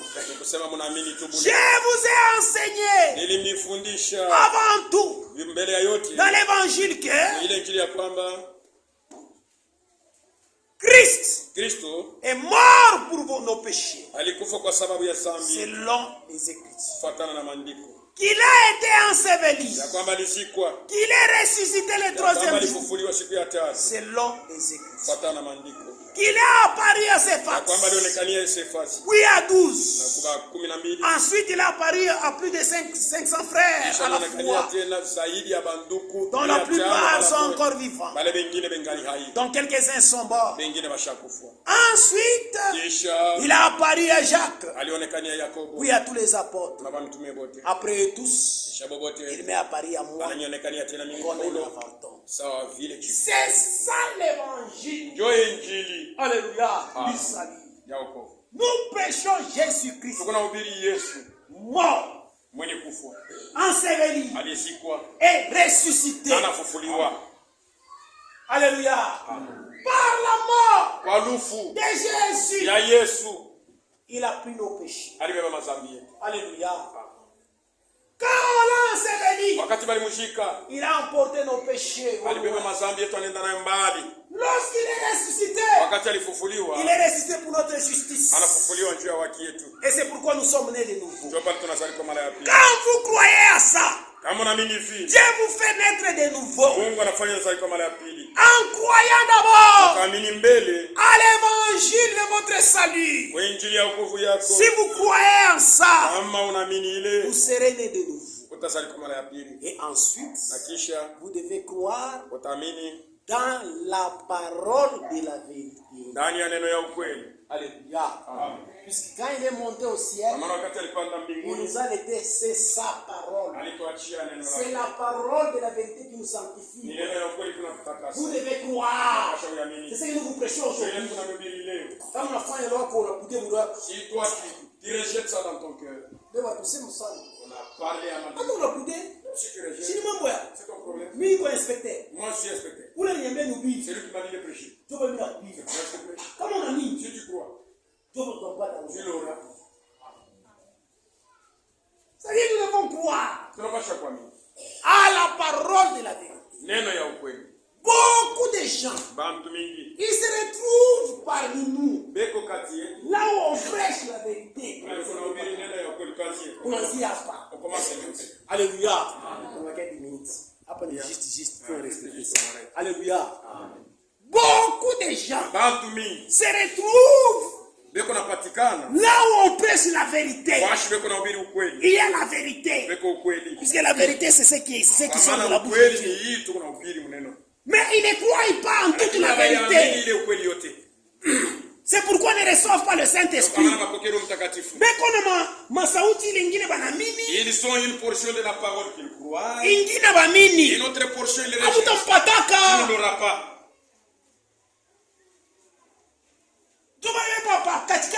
Ce sont les gens qui sont parmi nous. Ils font semblant comme ça. Il y a ceux qui ont pris et d'autres ils rejettent. Vous ne l'aurez pas. Unapaswa kuamini à toute la parole de la neno vérité. lote ya ukweli. Alléluia. Amen. C'est ça le sceau de Dieu. Pour le recevoir, il faut que vous croyez à toute la parole de la vérité. Alléluia. Amen. Vous avez cru à l'évangile. Nous vous avons baptisé. Vous êtes là où on prêche la vérité. Mais vous ne croyez pas à toute la vérité. Vous ne recevez jamais les sceaux de Dieu. C'est pourquoi vous ne recevez pas les sceaux de Dieu. Alléluia. Est-ce que tout est civilisable? Est-ce qu'on s'entend? Alléluia. Amen. Nous sommes en Ephésiens chapitre 1er verset 13. Alléluia. Maintenant, si vous êtes dans un endroit, on ne prêche pas la parole de la vérité. Alléluia. Vous êtes dans un endroit où on ne prêche pas toute la vérité. Alléluia. On laisse les femmes prêcher. Puisque la Bible a déjà interdit à une femme de prêcher. Vous êtes là-bas. Le sceau de Dieu, vous ne recevez, il n'y a pas de seulement du Saint-Esprit.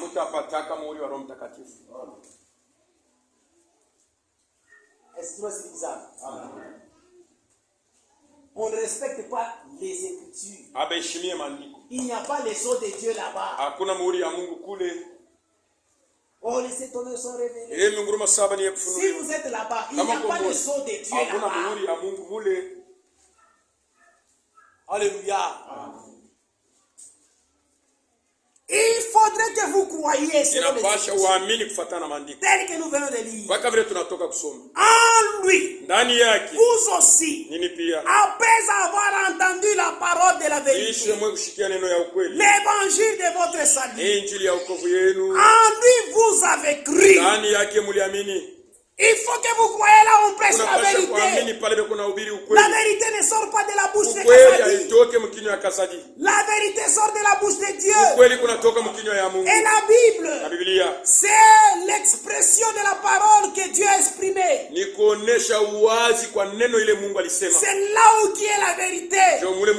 C'est pourquoi tout ce que vous attendez, si ce n'est pas conforme aux Écritures, si vous ne croyez pas conformément aux Écritures, là-bas il n'y a pas le sceau de Dieu. Dieu ne viendra jamais sceller le mensonge. C'est pourquoi il est écrit en lui, après avoir entendu la parole de la vérité, l'évangile de votre salut, en lui vous avez cru, vous avez été scellés du Saint-Esprit qui avait été promis. Alléluia. Alléluia. Amen. Alléluia. Amen. Alléluia. Amen. Vous devez croire. C'est pourquoi sortez dans vos églises. Il n'y a pas le scellement du Saint-Esprit. Vous pouvez chanter. Vous pouvez prophétiser. Il n'y a pas le scellement. Le scellement se retrouve toujours là où on prêche la vérité. Et si vous êtes là où on prêche la vérité, pour que vous soyez scellés, vous devez avoir cru toute la vérité que vous entendez. Pour que vous soyez scellés.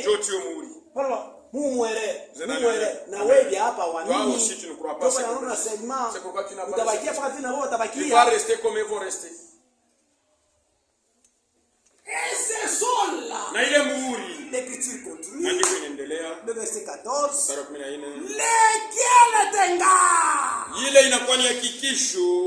pour la rédemption de ce que Dieu s'est acquis à la louange de sa gloire. Pourquoi le son de Dieu a été donné? C'est un gars pour l'héritage, pour que vous soyez héritiers de tout ce que Dieu ya vile vyote Mungu alitulaka pour que vous soyez un héritier, tupate kuwa mrithi, il faudrait que vous ayez le sceau. unapaswa kuwa na muhuri. C'est le gage. Inakuwa ni hakikisho. Pourquoi le Saint-Esprit a été donné? Pia nini balileta Roho Mtakatifu? C'est le gage de notre héritage. Inakuwa ni hakikisho ya urithi yetu. Nikifunga mulango. C'est une pédote. Alléluia. Amen. Nous sommes vile wanaye. Comme tu l'as, Vile vyote Mungu ashamulaka. tout ce que Dieu a promis. Bate ule matariki na watariki. Tous les élus vont être institués. Kama una naye. Si tu n'as pas, Hata tunahubiri vya même si je. on prêche comme ça, Wewe, hauna kifunga tu mulango. n'as pas cette gage-là, tu n'en auras pas. Est-ce que wanabeba bibi? Tu peux prendre une Wanabeba bibi ule unapeleka kifunga mulango. pour laquelle tu n'as pas donné la prédote. Ni paka patungo chetu kunaona. Si à ton bon, nous voyons comme ça. Amen.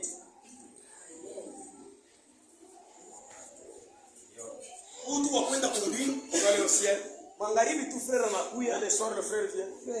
Dada, On peut s'épuiser.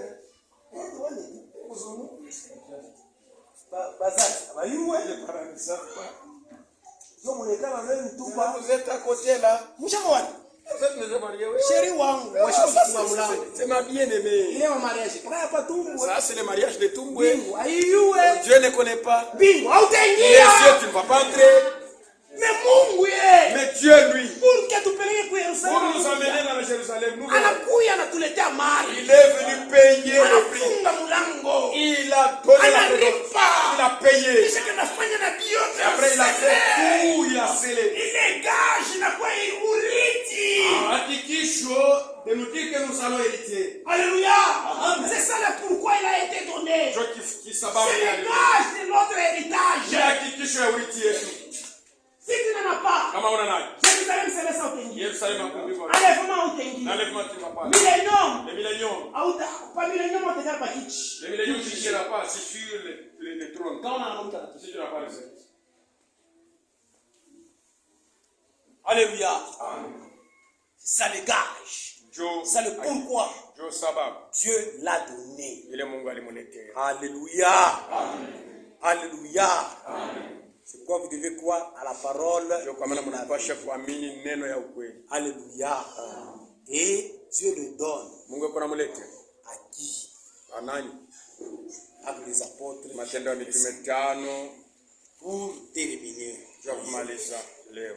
Avec les apôtres chapitre 5. Matendo ya Mitume 5. Mungu alimpaka vya mingi. Dieu me donne beaucoup d'intérêt. Vya mingi. C'est beau. Qu'est-ce que c'est le Saint-Esprit? Roho Mtakatifu.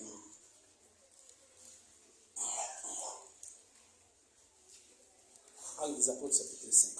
Matendo ya Mitume 5.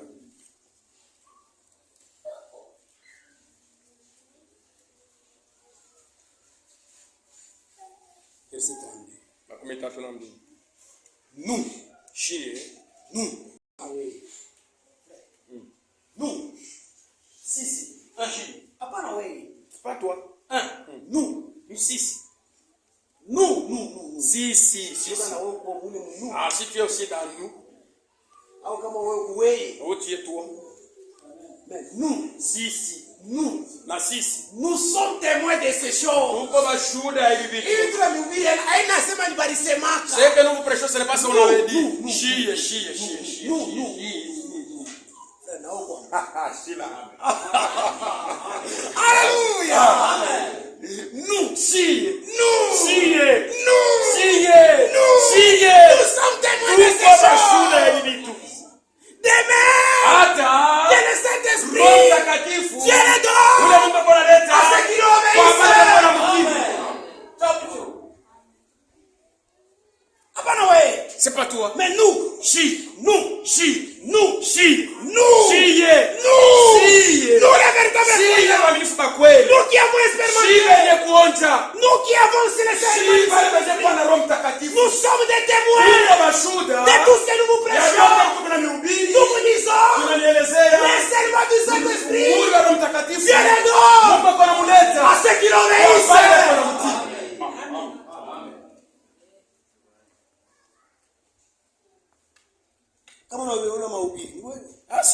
néglige la parole, c'est ton problème. Si tu vas nous critiquer, ça te regarde. Alléluia. Mais nous qui avons les Saint-Esprit, nous qui avons déjà expérimenté cela, nous sommes témoins de ces choses que nous avons prêchées ce matin. Demain, si vous voulez expérimenter, soyez obéissants à toute la parole. Il viendra.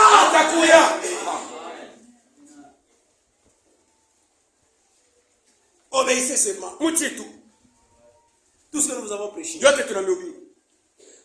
Si vous dites Amen, levez la main. Si cette parole que nous vous avons prêchée, levez la main. Alléluia. Obéissez. Si vous obéissez, vous allez l'expérimenter. Amen. Obéissez seulement. Alléluia. C'est un beau sujet. Alléluia. C'est pourquoi le diable ne voulait pas. Il m'a frappé de la maladie. Il ne voulait pas. Il m'a frappé de la maladie. Amen. Ata malari. Je vais prêcher. Alléluia. Il m'a frappé de la maladie. Moi je monte. Et là il est fâché. Alléluia. S'il est en toi, tu me regardes avec un œil colérique. Ce monsieur, il vient nous prêcher ce matin. On ne va pas prêcher le Seigneur. On te prêche toi. Alléluia. Nous sommes témoins. C'est la vérité. Venez nombreux. La semaine prochaine, nous allons décortiquer ce sujet. Beaucoup de choses sont très importantes. Alléluia. Nous allons parler du Saint-Esprit. C'est notre assurance. Alléluia. Alléluia. La semaine prochaine, ce sera bon. Venez. Vous allez goûter. Si vous goûtez que c'est le Seigneur, venez. Nous allons parler de cet esprit, c'est notre assurance. Il est notre esprit. Nous allons parler que le Saint-Esprit, c'est l'esprit de Christ en vous. Nous allons voir l'esprit de Christ ni achi. Tu te regardes, si tu l'as ou tu ne l'as pas. Mais ne commence pas avec cette expérience que tu pillais. Et ça, tu commences à trembler. Je l'ai reçu. Alléluia. Il faut regarder. Tu dois regarder l'esprit de Christ. Est-ce qu'il se trouve en toi? C'est que tu as fait avec l'onction, c'est bon. C'est une assurance. Est-ce que ndani yako na assurance? En toi, est-ce que tu es assuré? C'est comme le véhicule de frère. Comme ça fait un accident. Alléluia. D'ailleurs, il y a mon frère Patrick qui m'a raconté de l'accident de son petit frère. Ah, il y a accident. Quand ils sont arrivés là-bas, ils sont arrivés là-bas. Vous avez cogné notre moto. Le véhicule qui avait cogné la moto avait l'assurance. L'homme qui l'avait cogné, il ne fuyait pas. Moi, j'ai l'assurance. J'ai l'assurance. Allez à l'assurance qu'on vous paye. Alléluia. Amen. Donc, ce n'est plus son problème. C'est comme assurance. Ça c'est notre problème. C'est Dieu qui va vous payer. Alléluia. Amen. Le Saint-Esprit, c'est une assurance. S'il est en toi, tu as l'assurance. Dans les choses que tu commets, c'est l'assurance. Celui qui paye, c'est Dieu. Il est drôle, tu fais les choses. Tu as l'assurance. Dieu regarde, il a l'assurance. Lui-même s'occupe de ces problèmes-là. Le véhicule qui a l'assurance. Tu regardes. Je vais vous dire un mot. Je suis en train de vous montrer Allez, t'as quoi? Gros véhicule qui passe à vitesse là. Ils ont des assurances. Ça te connaît. Si tu vas s'assurer. Oui, ça l'assurance. On va pas t'acheter la parcelle. Alléluia. Oui, ils ont l'assurance. Si ça te cogne, si tu suis, va à l'assurance. J'ai l'assurance. Na yo bali bantu nabo ceux qui ont aussi l'assurance. Ils ont l'assurance. Frère, quand tu l'as mambo. Si nous faisons un problème, kaisha kutuna assurance. Nous avons l'assurance. Utende kwa Mungu tata kuripa. Qui va aller chez Dieu, c'est lui qui va te. Alléluia. Donc le Saint-Esprit, c'est l'assurance. Kama unayo una assurance. Si tu là uko na hakikisho.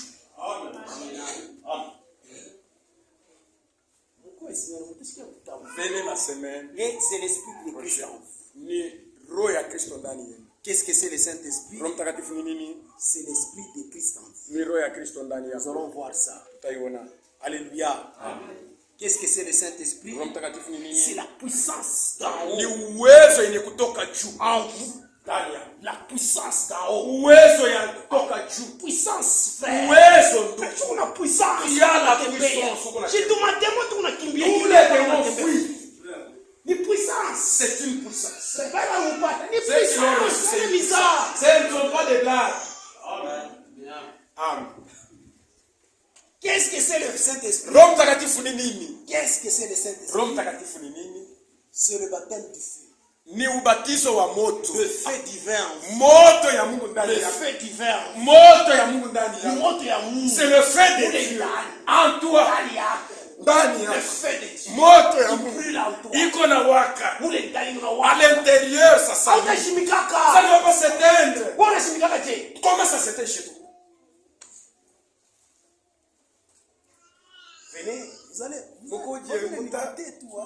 Mimi mitongesha. Mungu mbariki. Que Dieu vous bénisse. Amen. On se tient debout. Frère Makuya. Mon frère est venu.